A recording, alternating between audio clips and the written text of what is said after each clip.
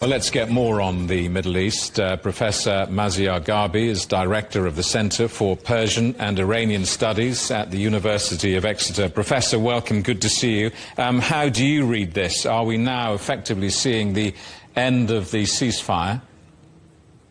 It's a very good question. I think the ceasefire has been eroded as it continued throughout the past few weeks, and the lack of diplomatic resolution, it's making the prospect of a conflict very likely. This is in part due to the fact that the United States is unable to rein in Israeli pressures on the continuation of the war, and at the same time the Iranians are not keen to make any concession that would precipitate into another war very soon in the next year. Pakistan's Prime Minister is saying the ceasefire has to be upheld in order to create the diplomatic space for progress. I mean, realistically, is that now possible? It is possible if there is sustained multilateral pressure that would make sure that a conflict which is in no one's interest other than probably Israel and the right wing of the United States doesn't continue.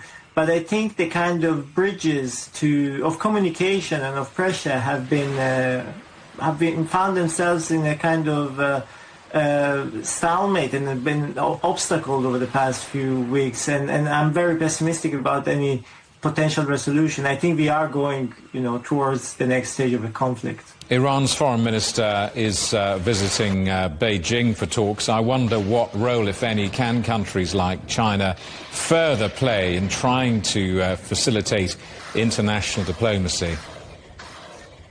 China is probably the only country that can exert substantial pressure both on the Iranian side and the United States. It is also a strategic partner of Iran, but also a major international player. So far, China has been playing diplomatically, but mostly rhetorically, but rarely intervening directly. And I think if the Chinese authorities think that it is now in their interest to make sure that the conflict doesn't escalate any further, this is the right moment. Also, in view of the forthcoming bilateral meeting between Donald J. Trump and President Xi. The United States has now launched Project Freedom to try and marshal stranded ships through the waterway. Is that going to change anything?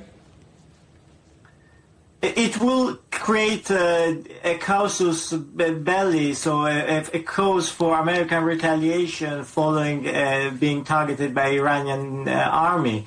This is something akin to what probably happened in 1965 when, in the Gulf of Tonkin, the Americans had a naval incident because they were attacked by Vietnamese forces, and that created the pretext to then intervene massively with a long war against Vietnam. So this could be very much the moment in which the Americans, once attacked, will say, oh, you see, we have been attacked, now we need to retaliate against the Islamic Republic.